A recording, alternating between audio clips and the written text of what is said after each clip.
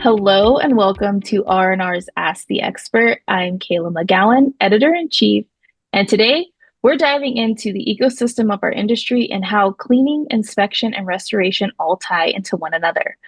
Today's guest is Claudia Lezell. Claudia has been in the flooring industry for over 4 decades. She brings a wealth of experience and expertise to our industry. Her unique journey includes owning and operating a full-time retail flooring and interior design establishment, spearheading the IICRC Hard Surface Certification Flooring Inspector Program, and participating in numerous technical committees. She has served as the past vice chair of the IICRC Outreach Committee and Hard Surface Standards Committee. Since 1995, she has been the president of Inspections 2 Incorporation, providing independent certified third-party inspections, consulting, and expert witness services. Please welcome Claudia Lezell. Hello. How you How doing out are there, you? folks? And Kayla? Good, good. 6 feet up, not 6 feet down. So we're That's we're it. doing great It's today. so our paths and we meet again. Yeah, we meet again.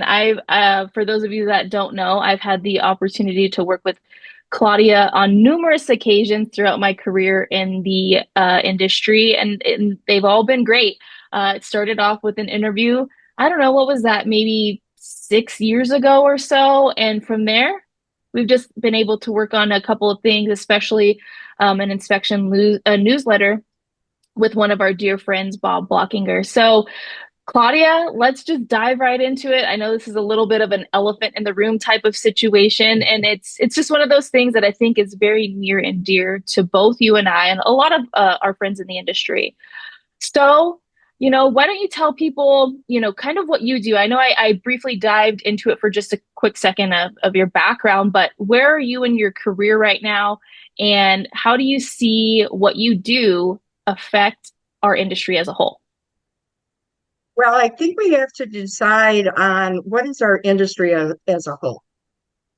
And instead of putting everything in individual silos, we really need to look at the overall interrelationships of the inter-industries. And it's really not only it's not only the inspection sector, the cleaning, the restoration, but it's also the design and build, it's health and safety.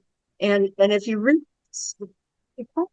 everything, I always like try to use the word holistic approach, but it's a really overall approach of how do our industries and our inter-industries interrelate and interconnect? And you can't separate them. Just a little bit about my background. I'm not going to, if you ever want to date yourself, the best thing to do is look at your CV. I think you said that best. That's definitely for sure. That was well said. Yes, yes. And of course, those who know me and have heard me speak and talk and speak and talk and speak, I always say, back in my day in 1910, because it almost feels like 1910, but I literally got into the flooring industry, interior design industry, and design and build when I was 23 years old. And I don't want to date myself, but I'm going to be turning 65 next year. So I just dated myself. Okay.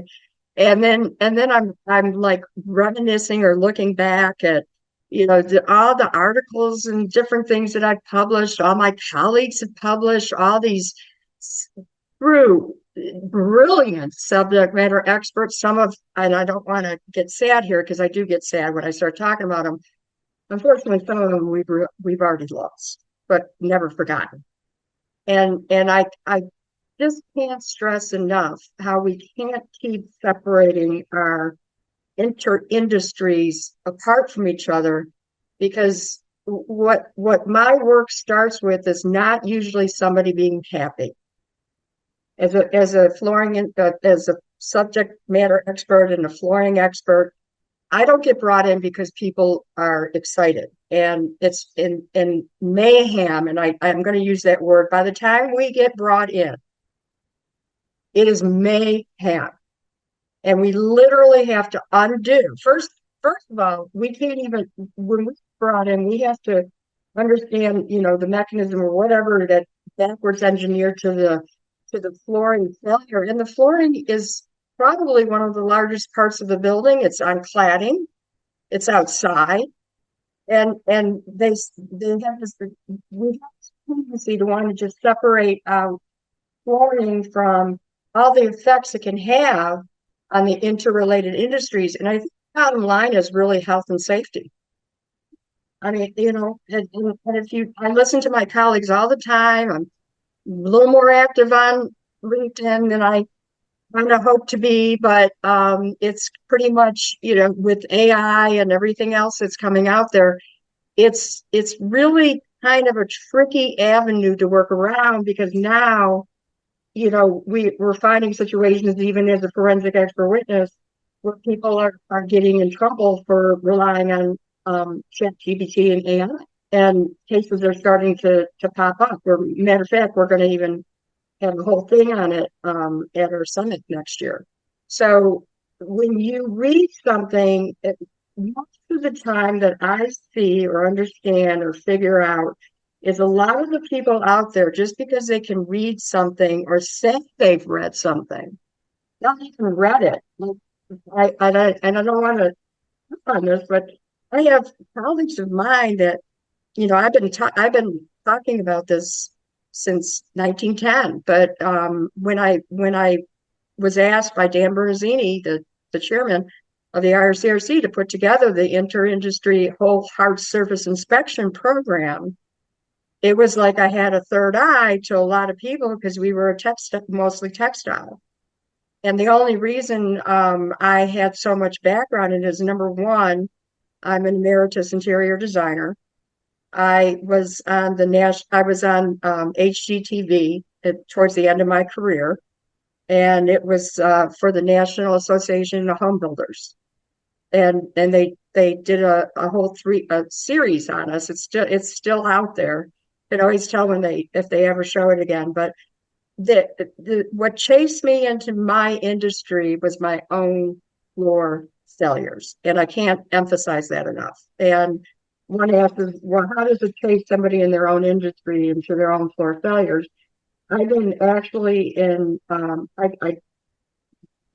you have to understand background to understand I just learned something about Millie Washington with IOCRC that she and I didn't even know that she was with the National Association of Home Builders prior to her excursion into it. So actually, as far as I grew up in the construction industry because my father had the biggest, most well-known and very recognized. Americans if you're from Michigan, you know who Mr. Belvedere is.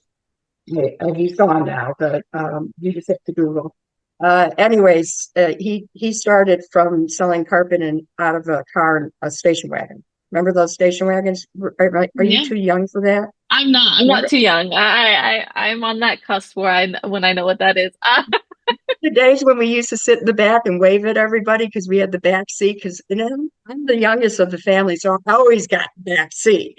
Yeah, yeah. It's the youngest always gets the short end of the stick when it comes to the car, but then they're mom and dad's favorite, right? I'm the youngest, so I can say that.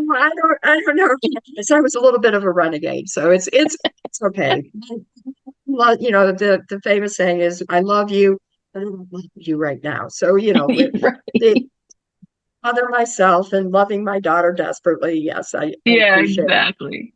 So you touched on health and safety. You mentioned health and safety, and I think that that's one of the things that I'll never forget. I believe it was David Hodge who I was talking to years back, and we couldn't understand why health and safety, a lot of people kind of neglect that, unfortunately. And that should be one of those things that before you ever go into, a cleaning course or a restoration course, inspection course, anything like that, you should have a health and safety course under your belt, whether it's, IICRC's HST or something from OSHA or, all of those things that we have out there for us, you know, that does lead to a lot of issues. And I think if you don't know the proper health and safety, how can you efficiently and effectively do your job? And I think you did mention this, but is that part of the root cause of why you end up coming in because our industry professionals maybe not necessarily lack the knowledge, but maybe they just kind of take shortcuts when it comes to health and safety, which ultimately leads to having someone like yourself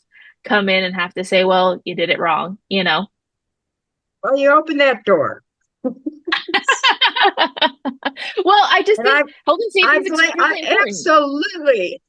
It also, the center line of an expert is it depends. But yes, absolutely. On a daily basis, at this point, I can almost say on a daily basis, and this is what I'm saying as far as the inter industries have to information share.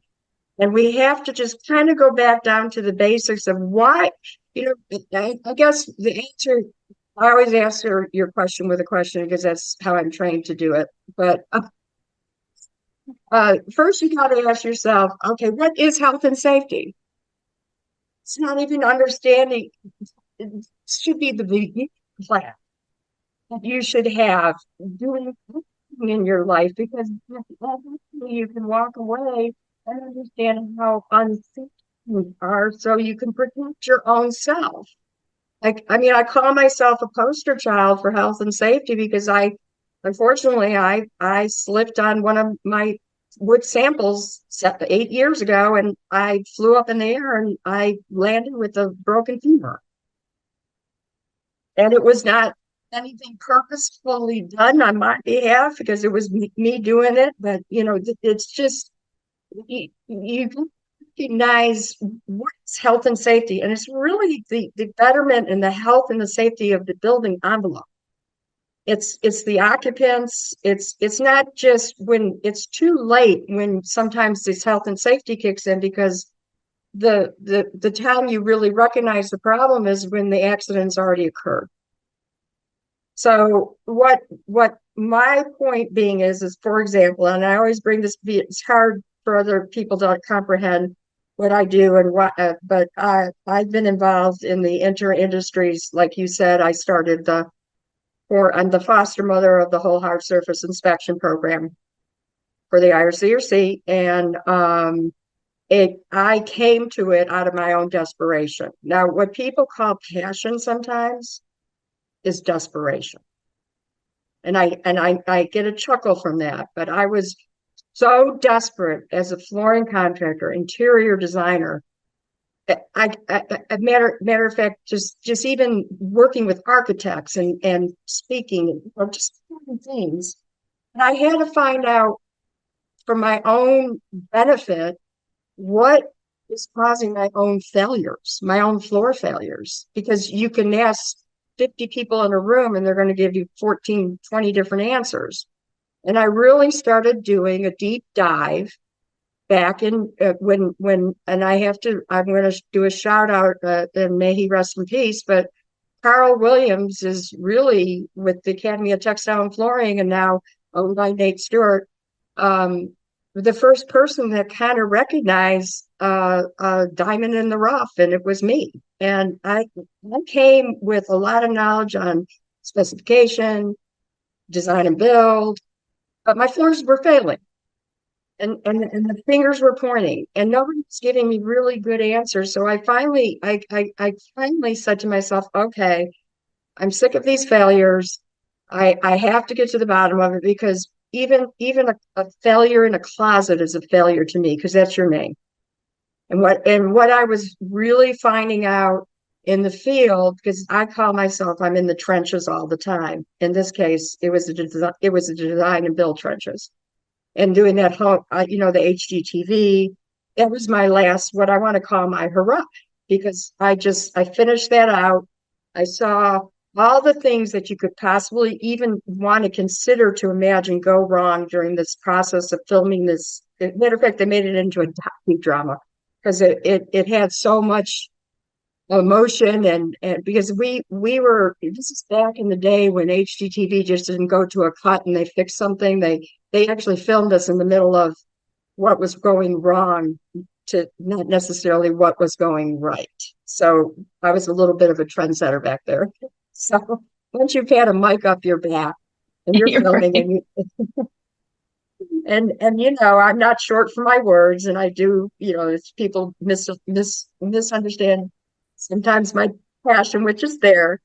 it's really desperation. I came to the inspection sector, and really I did it because I had some really awful calls done by some folks out there that should had no business being calling themselves inspectors. And I think that's the biggest problem I see, and I continue to see in our industry that we have to face is you've got to stay in your lane. Yeah. Yeah. You have got, I'm going to repeat this, everyone. You've got to, first of all, you have to understand well, number one, what makes you the subject matter expert.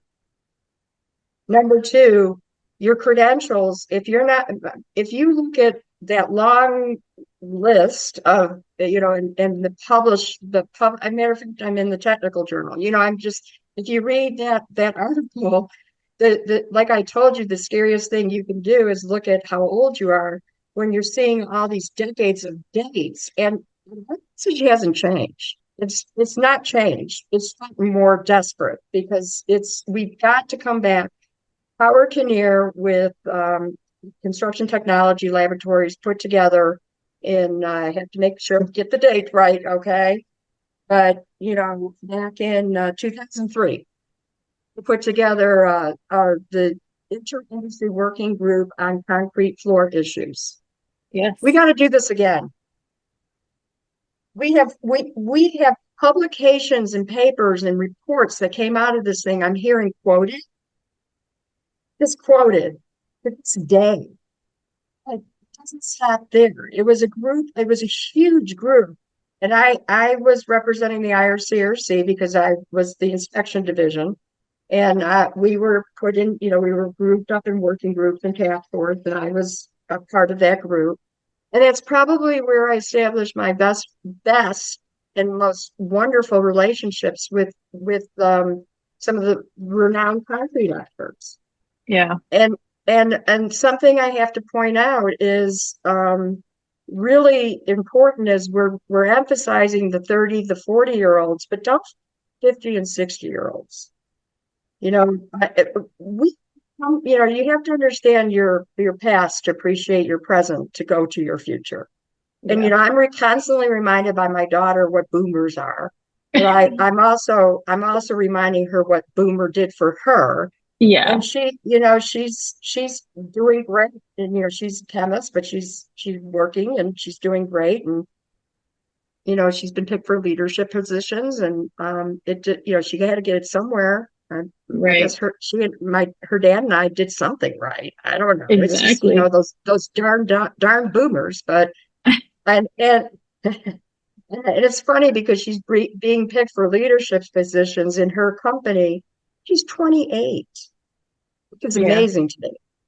It is. But it's really identifying that star, that diamond. I'm going to call it diamond in the rough, or I hate to use that word because then you always think, oh, what's a rough? Everybody's rough. We all have, Yeah. We have all I have have. our rough edges, You that's can ask anybody about my rough edges, and they'll be happy to share with you. There's good calling and back on you. My point being is we're all trying to share our knowledge. And what I'm seeing now is instead of picking up a book, or actually, like I have people where I said, "Oh, did you read my article?" And they're like, "Oh, I get to it." And then the failure happens, and guess who they're calling? you. And Yeah. and and I promise you, if you call me, the all bets are off. Yeah. All bets are off. It has gotten into, you have a situation where I had a situation brought to my attention where I'm not going to point fingers, but we had an install, we had the internet, we have a lady that's flipping out because on her LinkedIn, not LinkedIn, or her, you Social media or something. or on social media, there's starting to see some discolorations in floors. And she doesn't even have the discoloration, but now she's convinced she has an indoor air quality problem. Wow. And so it happens that the installer came out, didn't use the right meter, got her more hysterical. And an indoor air quality person came out and is not the flooring inspector, may understand how to use the meter, but doesn't under really necessarily appreciate the whole assembly of what's gonna cause some of that moisture and so on. And now someone like me is being brought in because we get brought in once all this goes crazy, and then it gets into these multi-million-dollar situations, and we literally have to undo everything before, because they already have it focused, set, and they're done and they're ready to sue. And that's why I get the call.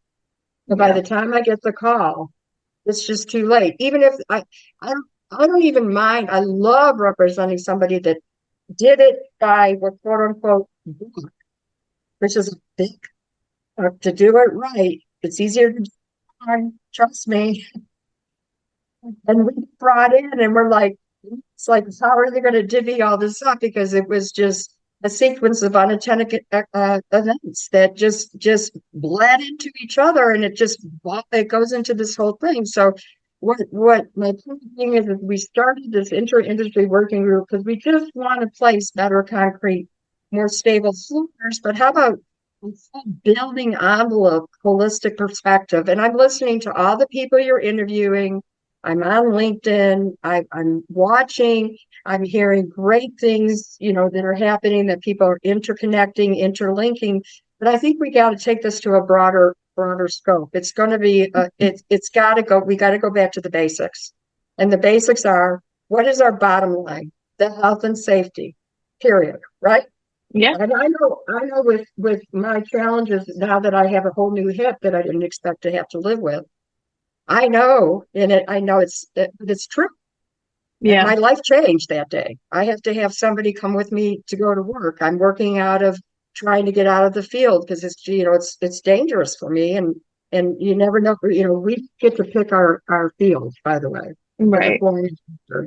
We go into jails, we go into very kind of pretty dangerous environments. So my point is can we, as an inter-industry, interconnect again? We have the tools. We have the people Yeah. begging to, all these great subject matter experts that you've had, and the one, connection. When I keep calling it connections because I was there when it was connections, by the way. Yeah. Well, So I think I was there. I think this goes back to, like, you've mentioned collaboration and connecting, and I think that's detrimental, right? You mentioned the piece of the interconnection, right, of from 2003. I mean, that's 21 years old, about to be 22 years old, and there hasn't been an updated version. That's troublesome for us, right? Because even And though it should be. some of that information is going to be relevant still, we know that our industry has evolved immensely. And so it take Technologies that evolved, and yeah, consistency. I mean, there's low carbon concrete. I mean, there's so many things. This person just gave a presentation on the 223 publication of ACI for low carbon concrete, and he's like, "We're great," because he was a man after my own heart. I thank him for this, but he's like, people on the committee. He's asked, "Have you read it? Have you read it?" No. Well, if you don't, you can't judge a book by its cover.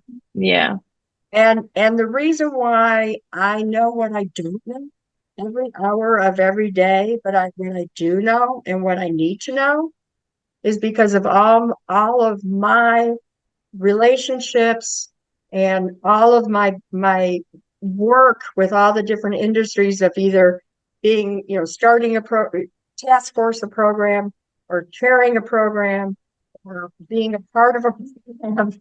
And what I can't say enough to everyone out there is, if you don't get involved on both the certification side and the standard side, you're going to be, as Millie said, and please, Millie, forgive me, you're going to be served what's on the menu at the table.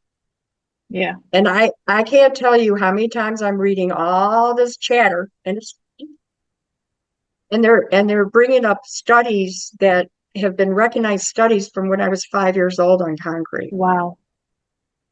5 years old. I was 1965, the Brewer study. And then we had Heat and Blood. And you guys were the first magazine to recognize that I could actually write an article about that study, which is great because I was able to write, when do you know your concrete is dry?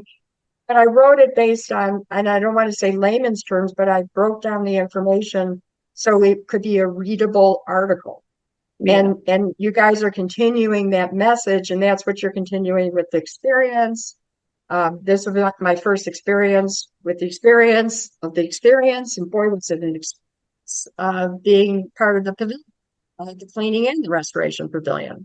Yeah. And I can't tell you how many excellent, like we were in the back area, but there were so many subject matter experts that are true. And I'm going to say this word, real subject proven matter experts on their subjects, not, so they're very specific.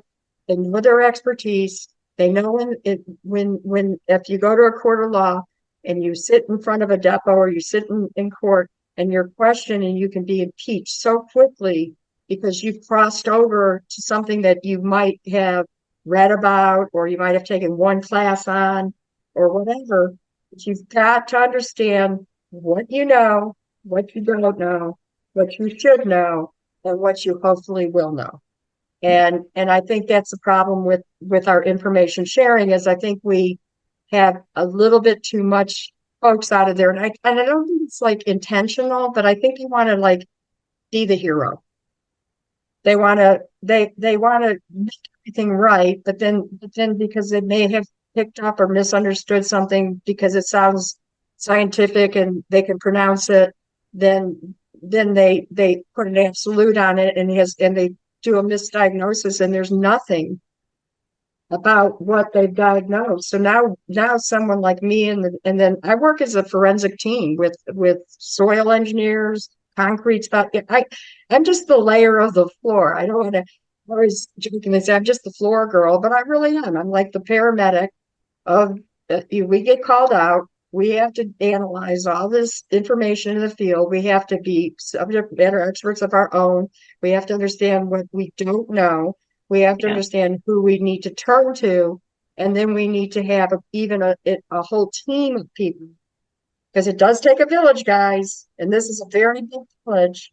And there's so many experts out there. And what my point is I'm 65. I've been at this for 40 years. I'm mentoring. I'm trying to get Forensic Expert Witness Association. We're trying to get mentorship programs. If you see somebody that's willing to speak at a presentation or write an article, don't be afraid to approach them. I'm extremely approachable because it's amazing how much information you can share amongst each other. And as I'm learning from my daughter, I'm friends with somebody in the forensic side. She's 38. I'm 60, whatever. I keep repeating it. And I was like, her parents were born the same year and month I was born in. So, or her mom. I was like, so when it comes to technology, just treat me like your mom. Yeah.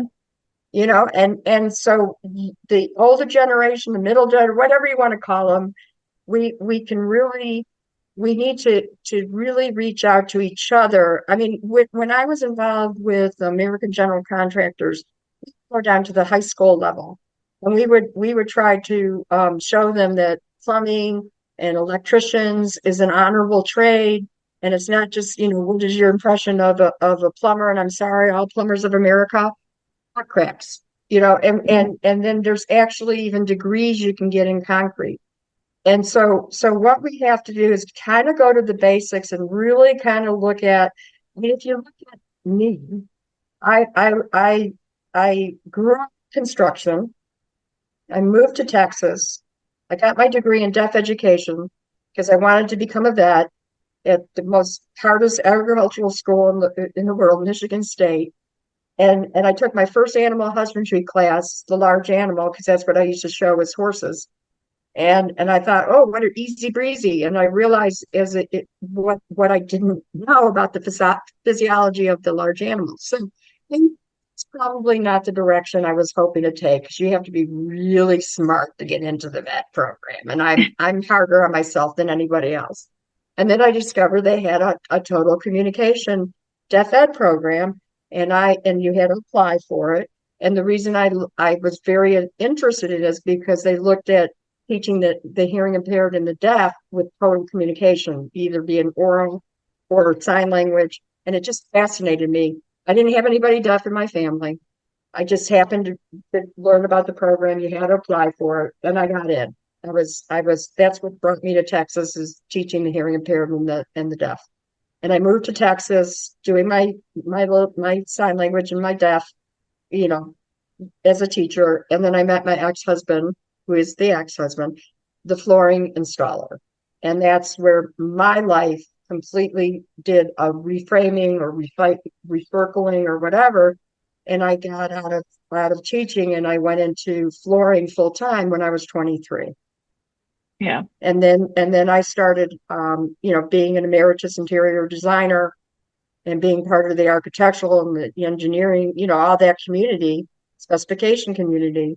I started seeing failures, and I started speaking out about my own failures. And then I went back and started learning about how there's a lot of misnomers out there. Mhm. There's a lot of not great information out there, and there's a lot of folks out there that are touting information that they better stand behind and support, and not just comment on something and not have support for it. So, that shows up in our courtroom, by the way. Yeah. And I Yeah. I don't I don't really like to see it at that level, because if you, as a subject matter expert or an expert witness, are ever impeached, your career's over, in my opinion. And now with the internet, it's very discoverable. I was gonna say it's easy to find, right? That's technology is such a blessing, but it's also a curse. I mean, it Yeah, just like to everything that we do in life, there's always a pro and there's always a con to something that's created or invented or what have you. And I think, you know, we both stand on this, and there's a number of people in the industry, a majority I would say, that do know that there is some type of inner relationship. And I wanted to touch on this too. You stumbled upon this industry essentially as a career, right? Same thing for me. I stumbled upon it, but it's just something about this industry that just grabs a hold of you, right? It's so intriguing. We're the first responders essentially in our space. And it's a beautiful thing. And I think we all work together, but we also can accidentally work against each other. And I think this is where the interconnectedness comes in, right? You know, cleaning, restoring, health and safety, inspection. I mean, all of the things, if one piece of that pie is incorrect, it crumbles the whole thing, right? I think it really it affects it, whether it's short term or in the long run.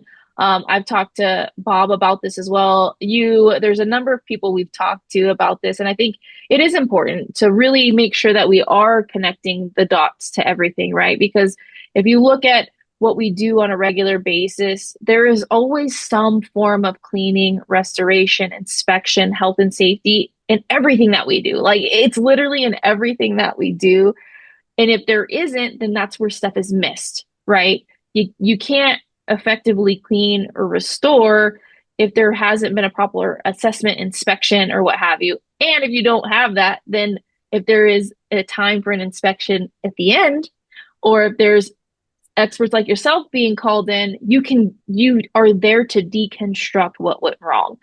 And, maybe that's a piece in the future about the deconstruction and what we can learn from that, right? Instead of getting to that deconstruction point, right. how can you be proactive? You know, we all have something to learn every single day that we are in the field, out of the field, at our desk. And the day that we don't feel like we have something to learn is the day that we should probably walk away, because we can get somebody hurt, right? We can get somebody hurt. That's a sad day, though. If you really wake Yeah. up that day and you Yeah. don't, I mean, my God, look at all the, just things that are going on right now. And and to be perfectly frank, my daughter's getting married. She's 28. And she's starting her whole career, her life, and I want her to have, even though us boomers are planners or whatever bad people we are, but I want her to have the same opportunities that I had. Yeah. I started my own business when I was 23 years old.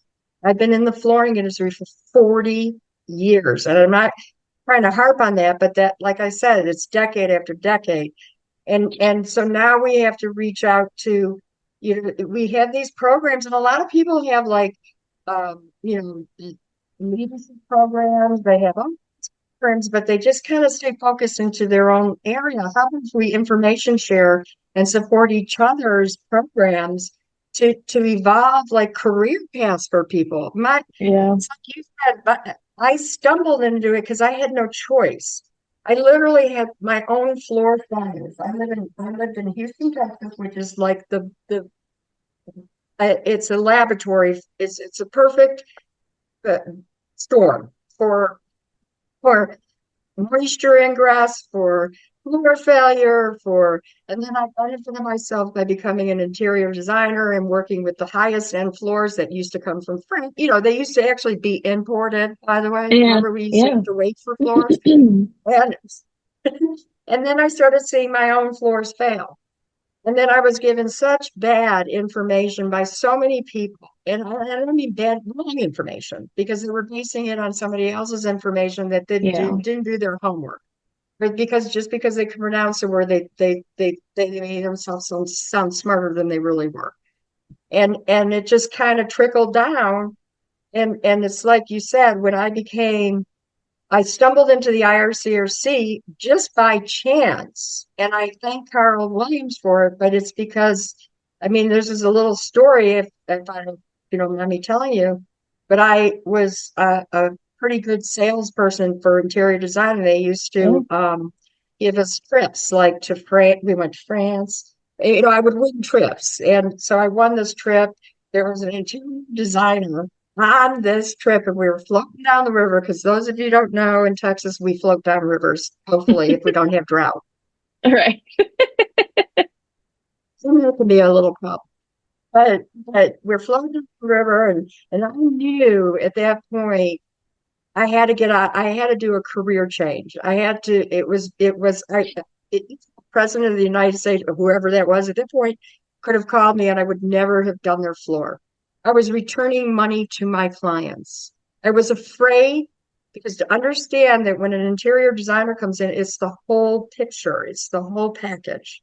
Yeah. And if one little failure, even a discoloration or perceived failure, is part of that flooring, which is the largest part pretty much of the building, you get blamed for everything. And then it just opens this huge can of worms. And then the chain of responsibility of failure becomes yours. And sometimes I was fixing things that weren't my problem. Yeah. I'm meeting custom builders that are fixing things that aren't their problem, and now they're getting sued for deceptive trade. So we've got to stop, and we've got to just take a breath. We have so much technology at our fingertips. We also have to understand what is at our fingertips, but what limitations we have with the technology. Where can the new technology take us? Where do we get this technology from, and what past that was part of it is part of this present to be part of even the future. And I know I keep saying that over and over, but I think unless we really stop as an industry, I'm sad that I mean, I'm very into mentoring, because what better but to mentor? That's kind of, it's been my give back. And look, and I'm amazed at what I learned from who I'm mentoring, or it's not even a mentor, they're mentoring me. It's Yeah. really kind of a cross pollination of mentoring. Yeah. That's I was gonna say, mentorship is always a two-way street, right? Same thing as leadership. Leadership's always a two-way street. You're giving, but you're also taking. I think that you mentioned this, there's a bunch of generations in this space, as in a lot of industries, honestly.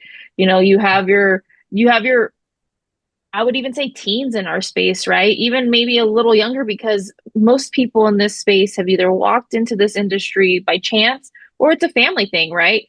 Maybe their dad, like you said, your dad was in construction, right? And all of that. And I think it just kind of it happens that way, but every generation has something to offer. I think the younger generation, they know technology and they know how to work it efficiently and effectively, right? Your late 20s, early 40s group, we I'm in that group, and I think we have a good mixture of book, hands-on, and technology, but also I think we like to talk, right? We like to collaborate. And then your older generation, which is not even old in my eyes, your next I'm one of chunk of those, Missy. yeah, oh, I was gonna say your next generation, I guess is the nicest thing to say, because I will be in that group eventually, right? The next Unfortunately, generation, you become part of that generation too. Yes, the age is given. Okay. yeah. So the next generation, I would definitely say, it there's so much hands-on. There is book, there is collaboration, there are studies, right? Case studies were huge in this particular generation. And unfortunately, we still have case studies, but I don't think they are as easy to find as they were Right. probably 30 years ago. And I think, we touched Yeah. on this earlier, your piece that you collaborated on when you were working so hard for inspection as a whole, right? And just outreach as a whole and collaboration. That was 21 years ago, almost 22 years ago. And it's the baton kind of needs to pass, but it does need help from those who originally wrote it too, right? And Absolutely. Absolutely. Yeah. And you know what? And the one thing we can't do is put each other down. yep, We yeah, we just can't. I mean, yeah. we jokingly say, oh well, we can't even fit them in the room because their heads are too big. It's somewhat true, but Yeah, then we have to be so open-minded and we just have to appreciate what that person is bringing to the table because this could be, I mean, I didn't wake up one day wanting to be ICRC hard surface division chair, the outreach chair, the the chair, the room, but I felt that way. And that's like you said, I kind of stumbled into it. And funny, I have to give a shout out to the IRCRC for when I went to the first board meeting right after I went, I went through Carl Williams as an inspector and I went to they happened to have it in Houston. And I went yeah, because I was like, who are these people? Don't forget, that keeps leaving off one component. It's not just the inspection, cleaning, and restoration, it's design and build. yeah, It's the whole package and it's the whole envelope because I came from such strength of the design build specification side of it. I was putting in floors back in my day, lady. I always say, 1983 is when I first started my first flooring store. And I worked with my ex-husband at night and taught the kids during the day by hearing children. And then at night I would teach also at the community college sign language to the medical professionals so they could actually understand if a deaf person came into the emergency yeah, room. And I just showed you how my life evolved just even from watching my dad, who was a very successful businessman because of his integrity in business and what he put forth. I would watch him when his times got tough, and he'd be opening up his little book, and he'd have this little black pen, and he'd be doing his Rolodex, and he'd be calling stuff, and literally he had the world's one of the biggest home remodeling companies in Michigan. And yeah, that was kind of the entrepreneurship that I was exposed to growing up. So I didn't graduate from college to think that I was going to become a flooring inspector. I yeah, graduated from college because I ended up liking the deaf education side of it. I got very involved with it. It was one of these industries that they had a lot of backwards thinking on certain things between oral and total communication. And I was young And I watched some folks that call themselves professional be making very poor choices for those children because of what they adamantly believe the education should be. I mean, I literally had to, when I was a deaf educator, I had to write my own materials because Yeah. it's a, they're, and these children are not, they're challenged. We're all challenged. I have reading and hearing dyslexia. I mean, everybody's got challenges, but they make them better listeners in their own way because they Yeah. have no choice but to have to pay attention. If Yeah. I wanted, if they wanted to get me on a field trip, they turn their, so, I know I keep always saying this.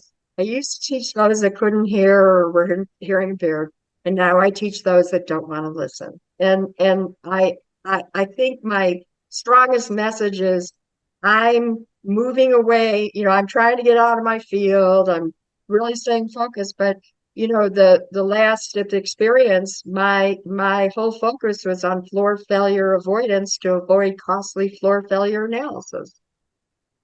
Yeah. And there you go. And it's a holistic approach because now that I'm really trying to move away from the, the mayhem of the analysis part of it and try to reach back out to the inter-industries on an avoidance level, it's almost kind of weird because my phone doesn't ring, but it's sure ringing mayhem. It's like, oh, we'll just call her when we need her. They don't have to do that. There's so many people like myself. If you listen to all these subject matter, if you go to all these conventions, I've been speaking services, I've been speaking a lot. And the message is still the same when we're the subject matter experts standing up there, but it's only because we not like I said, it's what we know, what we've seen, and what we have. And that's the part that we want to avoid. Yeah. And I would definitely say too, like wherever we go in this industry, it's almost self-determined because you have to want to make things better. You have to want to collaborate. I stumbled into this space too. I was relocating to Las Vegas and, I happened to have the opportunity to work for the IICRC where I met you and I met plenty of amazing industry professionals and experts. Yeah. And it was by chance. And, I did leave the industry for a little bit, but it brought me back. I mean, it's just one of those things that I was going to school for criminal justice. I have a bachelor's degree in criminal science, I just finished my master's and it's different. It's emergency management and public safety, and we in this industry actually are part of that, Mhm. as much as some people may not think. I mean, look at hurricanes, tornadoes, earthquakes, fires. We fall into that response space, and that's what drove me to really change my major at that point. I think there's something there, and that's how, you know, we have so many people in this space that have an additional background in, even if it's education, right? Or if it's, like you said, vet or, teaching the deaf, or, I mean, we all have all of these things that we can apply into this space, but we have to do it together. This is where, we'll thrive, and that's where we'll be able to take the industry where it needs to go. And sometimes, if we're worried about egos at the table or what have you, it affects our consumers at the end of the day. What we do isn't about us. It's about who Mhm. we serve, how we keep them safe, healthy, and in a space that they can live in or work in. And I think Mhm. that's one thing that, all of us have that moment when we're naive, when we first come into the industry, because we're trying to figure it out, right? Like, I would say you're trying to figure out, like, is it just cleaning? Is it just inspection? Is it just restoration? Is it just health and safety? Where do we fit in? If I'm you're trying to figure it out, and you're looking at, like you said, the cover. You're not looking at the guts of the book at that point, which the guts of the book are our consumers. And if we're not working together, we can't do the services that we need to do and take care of our consumers at the end of the day. So, I think this interconnectedness is huge, and I know we're going to take it places.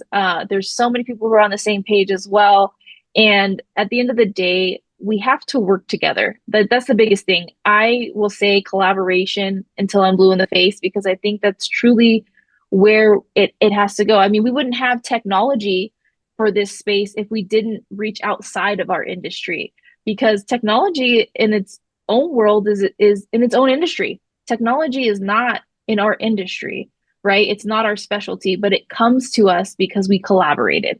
And I think that's one way if people look at it that way, we can really make our industry the best it's ever been. It's still great. I think it's in one of the best places I've seen it in the last 10 years, but we can make it that much better, right? And I think that's where we rely on each other, we collaborate, we're continuing to learn. And if you understand all the avenues in this space, it makes you that much better at your job. And most importantly, you serve the consumer at the maximum capacity that you possibly could. Hey, I don't know how to do it, but I know Claudia, she's great with, deconstructing or telling you how to fix things so you don't have to call her, right? She can tell you who you should call to Avoidance. help, right? Avoidance, right? She can tell you who you can call, right? Yes. Hey, I know so and so. And that's where word of mouth is so powerful. Collaboration also shows that we're united, right? As an Yeah, industry. absolutely. So, like you brought up a good point. Just a little tidbit about my business. Federal Express. Have you heard of them? Oh, yeah. Okay. Just I wanted to worked make for them. sure. I worked for them. Well, have you heard of Kinko's? I have, yes. Okay, who's now owned by Federal Express? Yeah. Kin- Kinko's, the partners of Dallas and the partners. Kinko started from a kinky red-haired person that was making prints in his garage reportedly, and then he opened it up to the partners that for ownership and so forth and so forth.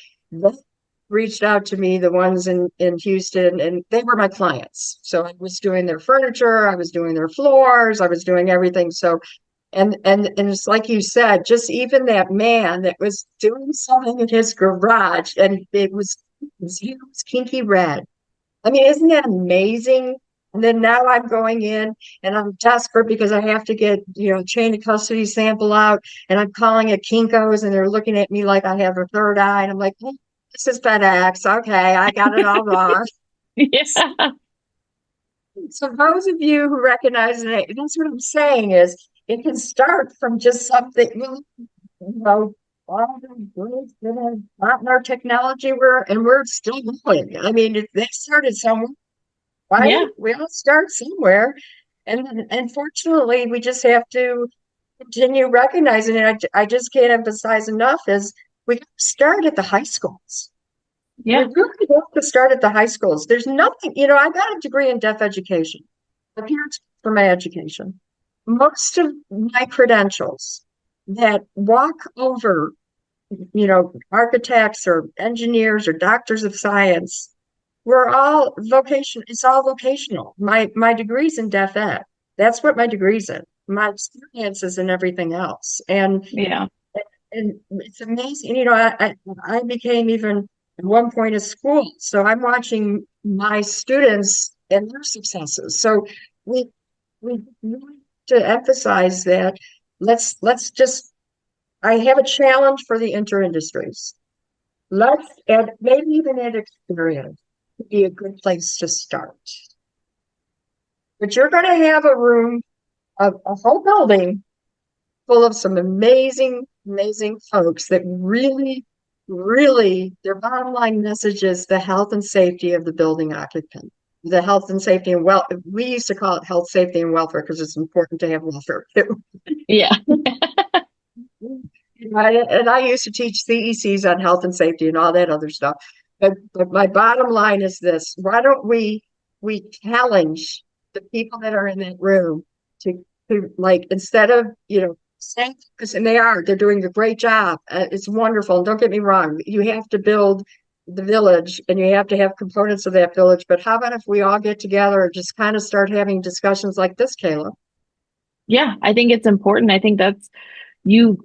are able to gain so much in situations like this, like almost a roundtable talk or just a open forum. I think, you know, we get where we're going by facing adversities and facing challenges and just, we all get to where we're going that way. And I think, we're I think we should do another check-in in about 6 months and let's see where this conversation has taken us and where the industry has gone. I think it's extremely important. Um, you know, our jobs are thankless oftentimes, and I think it's important that we start with ourselves, where we're thankful for everything that everybody does in this industry. We support one another, we uplift one another. Hmm. Because at the end of the Uplift. day, Yeah. yeah, uplift is huge, and we're doing a really good job at it. I will say the industry has come so far. When I first came in this industry, you could see some separation, and I know that I haven't been in this industry as long as you, and I know you've seen it, right? But I will Oh, yeah. say we've done a great job in the last 10 years to really try and unite and like we said, uplift. And I think we're getting to a point where, we need to just push a little bit harder and we'll be able to take our industry to the next level, right? That's what We're we're head here for. Hey, they're going to send people to Mars, so maybe we'll have to look at stone differently. I don't know. Right. Right. Well, thank you for your time today, Miss Claudia. It's always a pleasure, and I can't wait to have you on again. And until next time, as always, we will see you on the next Ask the Expert.